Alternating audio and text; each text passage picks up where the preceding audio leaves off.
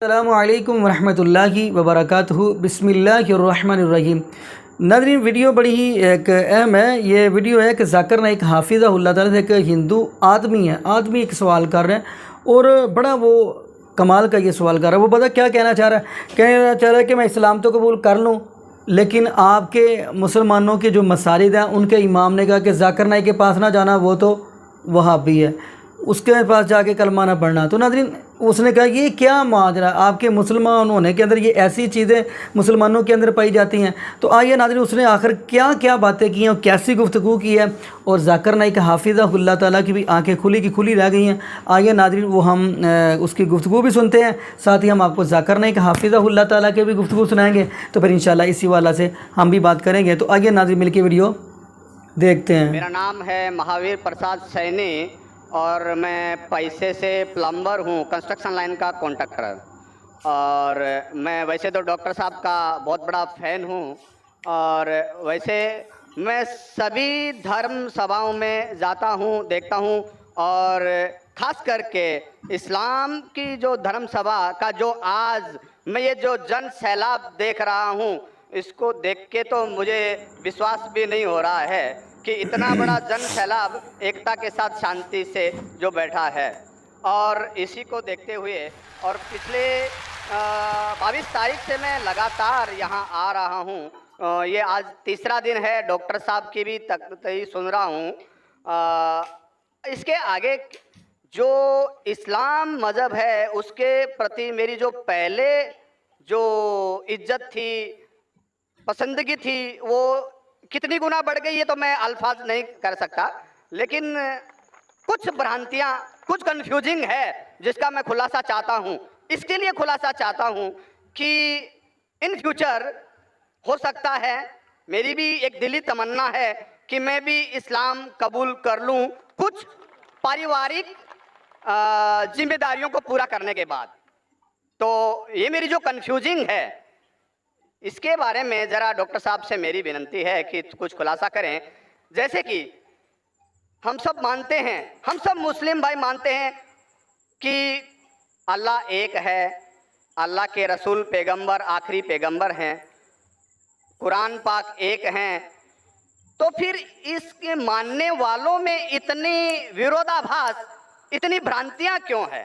اتنی بھرانتیاں، اتنی گٹ بازی کہ جب میں یہاں باندرا سے یہاں آ رہا تھا تو کچھ مسلم بھائیوں سے جب میں نے ذکر کیا کہ میں اجتماع میں جا رہا ہوں تو مجھ سے پوچھا گیا آزاد میدان جا رہے ہو کیا؟ میں نے کہا نہیں، میں تو شائن جا رہا ہوں۔ ارے کہاں جا رہے ہو تم؟ وہاں نہیں، آزاد میدان جاؤ۔ میں بولا کیوں بھائی؟ وہاں بھی اللہ کو ایک مانتے ہیں، قرآن کی قواعد ہوتی ہے، اور میں نے ڈاکٹر صاحب کا جیسے سنا، حدیث کی، قرآن کی، سنت کی جو باتیں ہوتی ہے میرے کو بہت پسند ہے، اور وہی چیزیں ہیں عام اسلام میں، پھر تم کیوں برائی کیوں کر رہے ہو؟ تو میں نے جب 10 لوگوں سے پوچھا تو 10 میں سے 10 لوگوں نے مجھے منع کیا، یعنی کہ 100% منع کیا، اور 10 میں سے ایک تو ہمارے ایک مسجد کے جناب جی تھے جو نماز پڑھاتے ہیں، انہوں نے بھی مجھے منع کیا کہ تمہارا ایمان خراب ہو جائے گا۔ تو یہی ایسا کیوں؟ کہیں تو کچھ مس انڈرسٹینڈنگ ہے جس کا میں خلاصہ چاہتا ہوں۔ جب اللہ ایک ہے، قرآن ایک ہے، پیغمبر ایک ہے، تو پھر اتنی بھرانتیاں کیوں؟ آپس کے اندر اتنی کھیچم کھاچ کیوں؟ بھائی صاحب نے ایک بہت اہم سوال کیا۔ سوال کے پہلے یہ کہا کہ کانفرنس کے سٹارٹنگ سے وہ آ رہے ہیں اور وہ حیران ہیں، انہیں یقین نہیں ہو رہا ہے کہ اتنا بڑا مجمع اتنے امن کے ساتھ، اتنی شانتی کے ساتھ۔ بھائی صاحب مجھے بھی یقین نہیں ہو رہا ہے، مجھے بھی یقین نہیں ہو رہا ہے، بمبئی کی پولیس کو بھی یقین نہیں ہو رہا ہے۔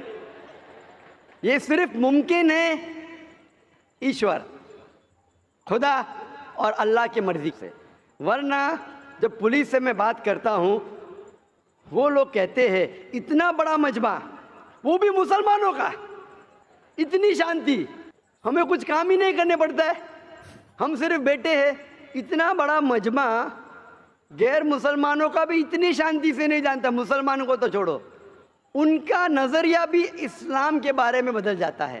اور آپ مجھے اگر پوچھیں گے، ہمارے بھی پولیس ہمیں جو مدد کر رہی ہے کہ شانتی سے جائے، ہمارے پاس بھی کیمرہ وہ سب لگے ہیں، لیکن میں سمجھتا ہوں یہ صرف اللہ سبحانہ و تعالیٰ ہی اس کی مرضی سے ہی یہ پاسبل ہے، یہ ممکن ہے کہ اتنی شانتی سے لوگ آتے ہیں، اتنی شانتی سے جاتے ہیں، ورنہ یہ ممکن ہی نہیں ہے۔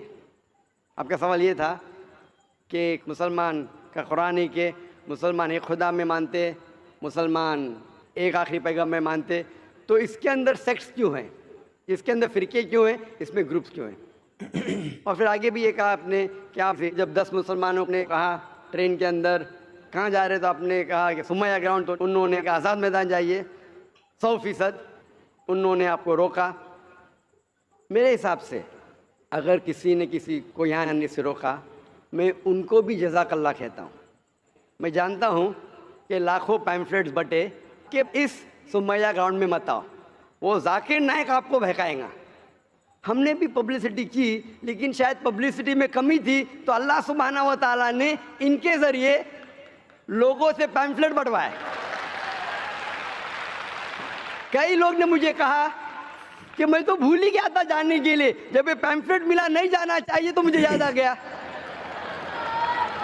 کتنے لوگ نے مجھے کہا کہ میرے جانے کا ارادہ نہیں تھا سمیہ گراؤنڈ میں، جب یہ ملا کہ یہ ذاکر نائک بھڑکاتا ہے، ہم دیکھیں گے کیسا بھڑکائیں گا، کیسا بہکائیں گا، ہم بھی تو دیکھیں۔ کئی لوگ آ رہے دیکھنے کے لیے، تو الحمدللہ میں ان کا شکر گزار ہوں، میں ان لوگوں کا شکر گزار ہوں جو لوگ نے پیمفلیٹ بانٹا، جو لوگ کہہ رہے مت آئیے، ان کا شکر گزار ہوں۔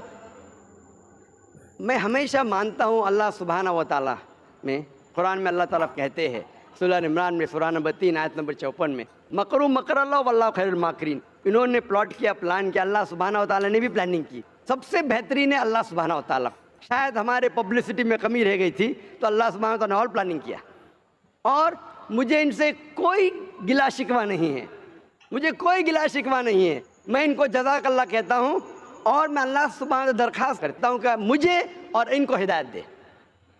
آپ کا جو مین سوال تھا کہ جب مسلمانوں کا قرآن ایک، مسلمانوں کا جو اللہ ہے، خدا ہے، ایشور ہے ایک، پیغمبر ایک، تو فرقے کیوں گروپزم؟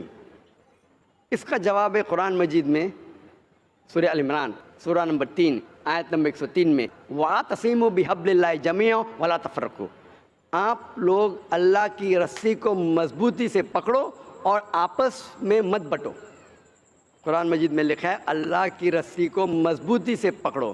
اللہ کی رسی کیا ہے؟ یہ قرآن مجید اللہ سبحانہ و تعالیٰ کی رسی ہے۔ ہم مسلمانوں کو اللہ سبحانہ و تعالیٰ کہتے ہیں کہ قرآن مجید کو مضبوطی سے پکڑو اور آپس میں فرقے مت بناؤ، آپس میں مت بٹو۔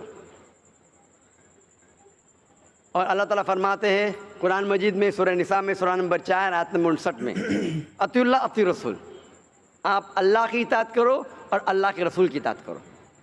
اور اللہ تعالیٰ فرماتے ہیں سورہ انعام میں سورہ نمبر 6 آیت نمبر 159 کہ جو لوگ اس دین اسلام میں فرقے بناتے ہیں، یا رسول تمہیں ان سے کوئی لینا دینا نہیں ہے، اللہ سبحانہ و تعالیٰ ان کو دیکھیں گے آخرت میں۔ مطلب جو کوئی اسلام میں فرقے بناتا ہے اسے اللہ کے رسول سے کوئی لینا دینا نہیں، یعنی فرقے بنانا حرام ہے۔ افسوس کی بات ہے، ہم جب مسلمانوں سے پوچھتے ہیں کہ آپ کون ہیں دین کے بارے میں، تو اکثر مسلمان کہتے ہیں ہم یہ ہے، ہم وہ ہے، ہم فلانا ہے، ہم ڈھمکا ہے۔ اللہ کے رسول کیا تھے؟ یہ تھے، وہ تھے، کیا تھے؟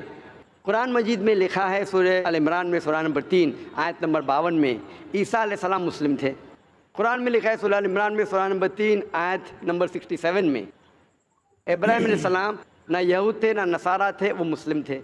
قرآن مجید میں کئی جگہ لکھا ہے، سورہ ال عمران میں سورہ نمبر 3 آیت نمبر 64 میں، فَقُولُوا اشْهَدُوا بِأَنَّا مُسْلِمُونَ، ہم شہادت دیتے ہیں کہ ہم مسلم ہیں۔ قرآن مجید میں لکھا ہے سورہ فصلت میں سورہ نمبر 41 آیت نمبر 33، وَقَالَ إِنَّنِي مِنَ الْمُسْلِمِينَ، کہو کہ میں مسلم ہوں۔ کئی جگہ قرآن میں 20 سے زیادہ مرتبہ قرآن میں کہا گیا ہے اپنے آپ کو مسلم کہو، مسلم کہو، مسلم کہو۔ ابراہیم علیہ السلام جب دعا کرتے اللہ سبحانہ تعالیٰ سے، سورہ بقرہ سورہ 2، کہ میرے بچوں کو، میرے نسل کو مسلم بنا، اگر کوئی بھی پوچھتا ہے، جو لوگ ایک قرآن میں مانتے، ایک اللہ میں مانتے، ایک رسول میں مانتے محمد صلی اللہ علیہ وسلم، صحیح جواب ہونا چاہیے مسلم، اول مسلم اور آخر مسلم، اس کے علاوہ کچھ نہیں۔ اگر آپ اس میں فرقے بنائیں گے تو یہ قرآن کے خلاف ہے۔ محمد صلی اللہ علیہ وسلم کہتے ہیں، صحیح حدیث ہے سنن ابو داؤد میں والیوم نمبر 5 حدیث نمبر 4596، کہ اللہ کے رسول فرماتے کہ مسلمان 73 فرقے میں بٹیں گے۔ اللہ کے رسول نے فرمایا بٹیں گے، یہ نہیں کہا کہ بانٹو۔ اللہ کہتا ہے مت بانٹو۔ اللہ کے رسول جانتے ہیں اللہ کے کہنے کے بعد کہ مت بانٹو، پھر بھی یہ مسلمان لوگ اسلام کو فرقے میں بانٹیں گے۔ اور ایک حدیث اللہ کے رسول کی ترمذی کی، جس میں اللہ کے رسول نے فرمایا کہ مسلمان 73 فرقے میں بٹیں گے اور ان میں سے ایک ہی جنت میں جائے گا۔ جب صحابہ نے پوچھا کون سا فرقہ، کون جائیں گا جنت میں، اللہ کے رسول فرماتے وہ لوگ جو میرے باتوں پہ عمل کرتے ہیں، وہ لوگ جو قرآن اور صحیح حدیث پہ عمل کرتے ہیں۔ تو جو لوگ اللہ کی رسی کو مضبوطی سے پکڑتے ہیں صرف وہ لوگ جنت میں جائیں گے۔ ہمیں اسلام، دین اسلام کو کوئی بھی فرقے میں بانٹنے کی ضرورت نہیں۔ اسلام کو فرقے میں بانٹنا غلط ہے، اور جو بھی کوئی مسلمان اسلام کو فرقے میں بانٹتا ہے وہ ایک صحیح مسلمان نہیں ہے۔ ہمیں صرف اللہ اور اللہ کے رسول میں ماننا چاہیے اور اس پہ ایمان لانا چاہیے۔ جو بھی اختلاف ہے، اختلاف کا مطلب یہ نہیں کہ ہم فرقے میں بٹ جائیں۔ اختلاف ہے تو اس کا حل کرو قرآن اور حدیث کی روشنی میں، جو قرآن اور حدیث کہتا ہے اس کے اوپر عمل کرو۔ تو صحیح چیز یہ ہے کہ ہمارے دین اسلام میں کوئی فرقے نہیں، جو بھی کوئی اسلام میں فرقے بناتا ہے وہ غلط کرتا ہے۔ اور آپ نے کہا اپنے سوال میں کہ کچھ سوالات ہیں اور ہو سکتا ہے کہ بہت جلد آپ اسلام قبول کریں گے، آپ کے پاس کچھ مشکلات ہے، لیکن میرے آپ سے درخواست ہے کہ ہمیں نہیں پتہ ہم کتنا جینے والے ہیں۔ اگر آپ کو یقین ہو چکا ہے کہ دین حق کا دین ہے، اگر آپ سوچیں گے کہ انشاءاللہ میں 1 ہفتے بعد کروں گا یا 2 ہفتے بعد کروں گا، 1 مہینے بعد کروں گا، میرا ذرا کام باقی ہے، 1 مہینے میں ایسا ہو جائے گا ویسا ہو جائے گا، نیا فلیٹ مل جائے گا میں اس میں جاؤں گا، جو بھی ہے، کسی کو نہیں پتہ ہم کل کا سورج دیکھنے والے کیا نہیں، نہ مجھے نہ آپ کو۔ میرے پاس کوئی گارنٹی نہیں میں کل کا سورج دیکھوں گا کہ نہیں، انشاءاللہ امید ہے دیکھوں گا، لیکن میں یہ نہیں کہہ سکتا ہوں، مجھے نہیں پتہ میری زندگی کتنی لمبی ہے کتنی بڑی ہے۔ تو اسی لیے اگر آپ کو یقین ہو جائے، یقین نہیں ہوا تو مت قبول کرو، یقین ہو گیا تو میری یہ درخواست ہے آپ سے کہ آپ کو اگر یقین ہو گیا کہ اللہ ایک ہے، اس کے پیغمبر محمد صلی اللہ علیہ وسلم آخری پیغمبر ہے اور یہ دین حق کا دین ہے، تو آپ اس میں دیر مت کیجیے۔ مشکلات تو آتے رہیں گے، آپ قبول کرو یا نہیں کرو، قبول کرنے کے بعد بھی آئیں گے، نہیں کرے تو بھی آئیں گے، یہ ہمارے لیے امتحان ہے۔ جس طریقے سے اللہ تعالیٰ فرماتے ہیں قرآن مجید میں سورہ ملک میں سورہ نمبر 67 آیت نمبر 2 میں الذی خلق الموت والحیات، اللہ سبحانہ و تعالیٰ نے موت اور زندگی دی آپ کو پرکھنے کے لیے آپ کتنے اچھے ہیں۔ تو یہ ہمارے لیے ایک ٹیسٹ ہے، ہمارے لیے امتحان ہے۔ تو اس لیے میں درخواست ہے اگر آپ کو یقین ہے کہ دین الحق ہے اور صحیح مذہب ہے، آپ اس کو قبول کرنے میں دیری مت کیجیے۔ جی آپ کی بات بالکل ٹھیک ہے، لیکن کچھ سماجک ذمہ داریاں ہیں جن کو اسی مذہب میں رہ کے پورا کرنا ضروری ہو جاتا ہے، وہ پورا کرنے کے بعد ہی کر پائیں گے۔ میں آپ سے یہ کہوں گا آپ کو پبلک میں شہادہ دینے کی ضرورت نہیں، اسلام قبول کرنے کے لیے پبلک میں شہادہ دینے کی شرط ہی نہیں ہے، آپ کو کسی کو بولنے کی بھی ضرورت نہیں ہے، یہ آپ اور آپ کے خدا کے درمیان ہے، آپ اور اللہ کے درمیان ہے۔ میں آپ سے یہ التجا کروں گا، آپ سے یہ درخواست کروں گا، ریکویسٹ کروں گا، اگر یقین ہے دل میں قبول کرو، لوگ کو بولنے کی ضرورت ہی نہیں ہے، مائک پہ شہادہ دینے کی ضرورت ہی نہیں، ذاکر کو بولنے کی بھی ضرورت نہیں، ذاکر کو بولنے کا شرط نہیں ہے اسلام میں داخل ہونے کے لیے، اللہ اور آپ کے درمیان ہے۔ آپ کم از کم دل میں ایمان لاؤ، اللہ کو مانو، یہ مانو کہ خدا ایک ہے، اس کے علاوہ کوئی معبود نہیں، یہ مانو کہ آخری پیغمبر محمد صلی اللہ علیہ وسلم ہے۔ اناؤنس آپ 1 ہفتے بعد کرو، 2 ہفتے بعد کرو، 1 سال کرو، 2 سال بعد، اس میں کوئی اعتراض نہیں۔ اناؤنس کرنا ہر ایک کو کہنا ضروری نہیں، لیکن اگر آپ کے کچھ مشکلات ہے جیسا حل ہو جائیں گے تب اناؤنس کر سکتے ہیں، لیکن دل میں تو کم از کم مان لو۔ انشاءاللہ میں دعا کروں گا کہ اللہ تعالیٰ آپ کی مدد کرے اور آپ کی مشکلات کو جلدی جلدی دور کرے۔ جی ناظرین، آپ نے یہ ویڈیو ملاحظہ فرمائی تو ماشاءاللہ ذاکر نے ایک حافظہ اللہ نے جواب تو بڑا کمال کا دیا۔ تو آئیے ناظرین اسی والا سے ہم قرآن پاک کی ایک آیت پڑھتے ہیں۔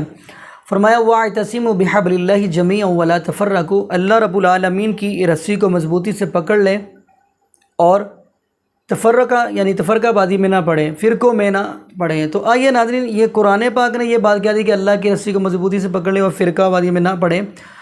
تو ناظرین حیرانگی والی بات ہے کہ یہ مسلمان ہی ہیں لیکن فرقوں کے اندر بڑھ کے کیوں نہ پڑھتے؟